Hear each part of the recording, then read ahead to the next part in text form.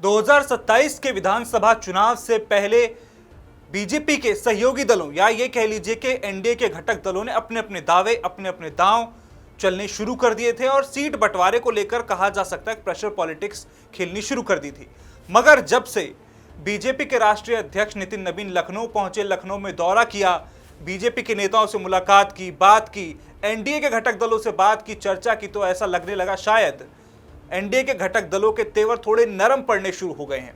नरम क्यों पड़ने शुरू हो गए हैं और सीटों पर क्या पीछे की इनसाइड स्टोरी है, उसे समझने की कोशिश करेंगे। साजिद हमारे साथ मौजूद है। साजिद, ये नितिन नवीन का लखनऊ आना, दिल्ली से लखनऊ की उनकी दौड़ और बैठक, और फिर एनडीए के घटक दलों के साथ मीटिंग, और फिर ये कहना एनडीए के घटक दलों का कि सीट बंटवारे पर भी चर्चा नहीं हुई है, और कहीं ना कहीं तेवर जो है थोड़े नरम पड़ते हुए नजर आ रहे हैं। इसके पीछे कारण क्या है? कारण बहुत बड़ा है मृत्युंजय, और कारण के साथ साथ ये बीजेपी के बाकी तमाम नेताओं के लिए, उनके प्रदेश अध्यक्ष के लिए और संगठन के लोगों के लिए बड़ा अच्छा हो गया नितिन नवीन का यहाँ यूपी आना। हो क्या रहा था, एक बड़ी उछल कूद चल रही थी। बीजेपी के जो तमाम सहयोगी दल हैं, चाहे वो राजभर हों, संजय निषाद हों, अनुप्रिया पटेल हों, चाहे वो आरएलडी की पार्टी का मामला हो, एक लंबी चौड़ी लिस्ट हर पार्टी से निकल जाती थी कि भाई हमारी इतनी लंबी लिस्ट है, 403 विधानसभा से एक लिस्ट आती थी, हम यहाँ चुनाव लड़ेंगे। फिर दूसरी पार्टी से आती थी, हमारी ये वाली लिस्ट है, हम यहाँ चुनाव। लिस्ट भी क्लैश होती थी आपस में, लिस्ट भी क्लैश हो रही थी कई जगह। अब जब ये देख बीजेपी जो है, उत्तर प्रदेश का संगठन खास तौर पर, ये सब देख रहे थे बैठ के तमाशा कि भाई इनको आप कह लीजिए करने दीजिए जो कुछ कर रहे हैं, क्योंकि ये तय है कि वो मिलेगा वही जो भारतीय जनता पार्टी का आला कमान चाहेगा, या यहाँ जो पूरी एक रणनीति बनेगी, जो टीम चाहेगी। नितिन नवीन यूपी आ गए। अब यूपी आके उनके सामने जब ये प्रश्न आया, हालांकि वो देख तो पहले ही रहे कि सब चीज़ें क्या चल रहा है, और इनके जो सहयोगी दल में उनमें एक बीमारी और थी, हर आदमी अपना कनेक्शन दिल्ली से बता रहा था। हमारी दिल्ली बात हो गई है, हम दिल्ली से आए हैं और हमारा दिल्ली से ये सब चीज़ें चल रहा है। अब जब दिल्ली वाले यूपी आ गए तो उन्होंने कहा चलो बैठ के पहले इन्हीं का फैसला करते हैं। साफ तौर पर सख्त और संयम के साथ सीधा एक संदेश, ये संयम शब्द उन्होंने अपने लिए भी दूसरों के लिए भी कह दिया कि एक तो आप संयम बरतिए, कोई उछल कूद नहीं, कोई हल्ला गुल्ला नहीं, अभी चुनाव की तैयारी में लग जाइए, एक दूसरे के क्षेत्र में अतिक्रमण मत करिए, अब वहाँ भी घुसपैठ वाला भी मामला मत करिए। सीट मिलने का जो फॉर्मूला है वो सिर्फ ये होगा, टेबल पर बैठेंगे, जहाँ आप जीत सकते हैं वहाँ बात करेंगे, वो सीट आपको मिल जाएगी। और उसमें भी सबसे ज़रूरी अहम बात, और जो सीधे तौर पर कहा गया कि कोटा तय नहीं होगा। कोटा नहीं, मेरिट। आप जीत सकते हैं तो सीट मिल जाएगी। कोटा नहीं कि भाई आपको, आपके इतने लोग हैं, आप यहाँ बड़े प्रभावी हैं, आपको 40, उनको 20, उनको 30, ऐसा कुछ नहीं होगा। मुझे लग रहा है कि ये जो कांग्रेस और समाजवादी पार्टी के बीच में जो चल रही थी ना नूर कुश्ती इस मामले को लेके, जो अखिलेश यादव ने कहा कि भाई वो एक जिला एक सीट शुरू किया, और वो भी वहाँ कि जहाँ आप जीत सकते हैं, तो मुझे लग रहा है कि उसी हिसाब। बिल्कुल, क्योंकि आप पश्चिमी उत्तर प्रदेश की बात कर लीजिए, यहाँ आरएलडी अपना दावा ठोक रही है 403 में से, उधर संजय निषाद हैं, ओपी राजभर हैं, अनुप्रिया पटेल हैं, तमाम ऐसे सहयोगी दल हैं बीजेपी के साथ जो अपने अपने इलाके में अपना अपना वर्चस्व बताते हैं, हालांकि प्रभावी भी हैं। लेकिन हमने देखा है पिछले कुछ वक्त में ये सारे दल अपने क्षेत्रों में चुनाव हारे भी हैं। चाहे आप उपचुनाव की बात कर लीजिए, चाहे फिर आप विधानसभा चुनाव के, लोकसभा चुनाव की बात। उपचुनाव तो राजभर का पीछा आज तक नहीं छोड़ पा रहा है ना, ये चीज। एक चीज और जब आपने कही, और हम लोग कह रहे हैं कि प्रभाव और एक दूसरे का क्षेत्र, एक दिक्कत और हो रही थी जो हम कह रहे हैं कि हम इनसाइड स्टोरी बता रहे हैं, वो उसके पीछे की कहानी मैं आपको एक और बताता हूँ। राजभर ने क्या किया, 32 अपने प्रभारी जो है सीटों पे तय कर दिए।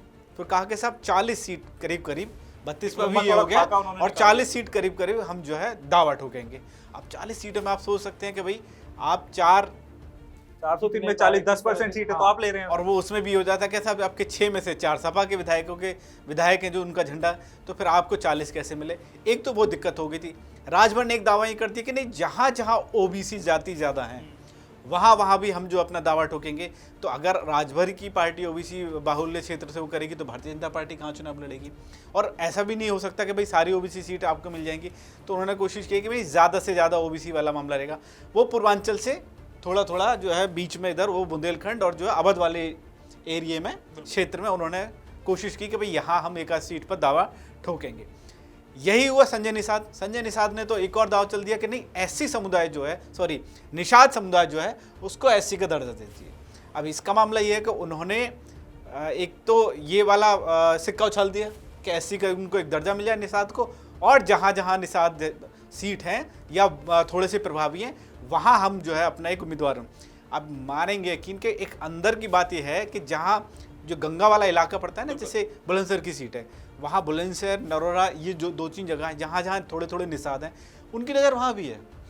आप वहाँ पश्चिमी उत्तर प्रदेश की सीटों पर तो फिर एक बड़ी दिक्कत हो जाएगी। दूसरा यह है कि भाई वो गोरखपुर समेत कई और तमाम जो सीट हैं, संत कबीरनगर, गोरखपुर, उसके आसपास के जहाँ थोड़ा सा प्रभाव है, वो वहाँ भी चाहते। हालांकि ये जिन क्षेत्रों का आपने नाम बताया ज्यादातर बीजेपी के क्षेत्र है, बीजेपी। अगर वहाँ ये सब चीजें हो जाएंगी तो फिर भारतीय, चाहे आप बुलंदशहर के आसपास के इलाकों की बात कर लीजिए, चाहे गोरखपुर की बात कर लीजिए, यहाँ सब जगह बीजेपी जीत कर आती है। वो चीज हो गई। 2 पार्टियों की बात हमने कर ली।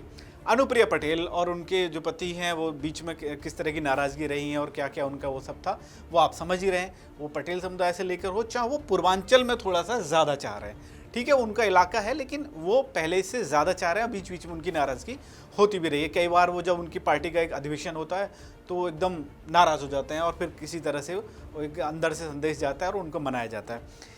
एक और मामला ये हुआ कि आरएलडी, जिसको हम लोग कहते हैं और जानते भी हैं कि भाई ये पश्चिम की पार्टी है, इनका सब बढ़िया से है, लेकिन नहीं, उन्होंने पूर्वांचल में पैर फंसा दिया। उन्होंने बलरामपुर, बनारस और 4-5 जगह वहाँ मंडल प्रभारी घोषित किए और उसके बाद उन्होंने ये कहा कि नहीं, अब हम बड़ी पार्टी हैं और सिर्फ पश्चिमी उत्तर प्रदेश तक नहीं सिमटना चाहते, यानी वो पश्चिम से पूर्वांचल की तरफ जा रहे हैं और पूर्वांचल वाले जो है इधर की तरफ आ रहे हैं। तो ये बढ़ेगा झगड़ा। मैंने शुरुआत में कही थी कि जब लिस्ट निकल के आती है तो लिस्ट क्लैश भी होती है आपस में। जो आप कह रहे थे कि क्लैश होती है, अब ये क्लैश अभी से होना शुरू हो गया। अब भारतीय जनता पार्टी को लगा कि भाई अभी तो मैच शुरू नहीं हुआ, खिलाड़ी पहले लड़ रहे हैं कि कौन कहाँ जाएगा, कौन कहाँ खड़ा होगा और ओपनिंग कौन करेगा, वहाँ पे कौन खड़ा होगा, बाउंड्री पे कौन रहेगा, या मतलब अपना फील्डिंग सजानी शुरू कर दी। ये दिक्कत हो जाएगी कप्तान के लिए, और कप्तान है भारतीय जनता पार्टी, तो ये दिक्कत होनी शुरू हो गई थी। हालांकि पश्चिम में भी जो है आरएलडी ने कई ऐसी सीटों पर दावेदारी जता दी जहाँ थोड़ा सा मामला जाट मुस्लिम ऐसे समीकरण है, और जबकि वो वहाँ बीजेपी के तमाम नेता पहले से तैयारी कर रहे हैं। पश्चिम यूपी का एक अगर इलाका इधर मेरठ वाली इसकी बात करें तो यहाँ ठीक है आरएलडी, और इसमें थोड़ा सा रहता है कि भाई अजीत सिंह और चौधरी चरण सिंह और जयंत चौधरी वाला एक वो है भावनात्मक, उस हिसाब से भारतीय जनता पार्टी चाहती हुई है कि हम उनको वहाँ टिकट दे देंगे। 2-3 सीटें थोड़ा सा हट के आती हैं, जैसे अलीगढ़ और हाथरस की तरफ जब बढ़ते हैं, तो अभी जब उपचुनाव हुआ तो खैर पे भारतीय जनता पार्टी और उनके बीच में एक मामला बना, हाथरस उधर वाली सीटों पे चलता है, लेकिन थोड़ा सा और चाहती है आरएलडी के थोड़ा सा हम थोड़ा और आगे बढ़ें, फर्रुखाबाद और उधर वाली सीटों पर बढ़ें, थोड़ी सी उधर की तरफ चलें। यही राजभर चाह रहे हैं कि वो जो है इटावा और इधर वाले एरिया में जहाँ ओबीसी का थोड़ा सा ठीक ठाक मामला है, वो हम लोग उधर चलें, तो ये चीजें गड़बड़ हो जाएगी। बार तो अखिलेश के गढ़ आजमगढ़ में भी हुंकार भरने की तैयारी कर रहे हैं। आजमगढ़ पर भी मामला उनका चल रहा है कि भाई हम आजमगढ़ पर भी करेंगे। हालांकि अब भारतीय जनता पार्टी ने एक लाइन खींच दी है, सीधे तौर पर एक लकीर खींच दी है, और उस लकीर के बाद ये हुआ कि हाँ, जो तकरीरें हो रही थी, जैसे आपने कहा ना कि अब थोड़े से तेवर हो गए, तो वो ये सारी तकरीरें उस एक लाइन खींचने के बाद जो नितिन नवीन ने कह दिया कि अगर जीत सकते हो तो सीट ले लो। आइए टेबल पर बैठिए, बात करते हैं।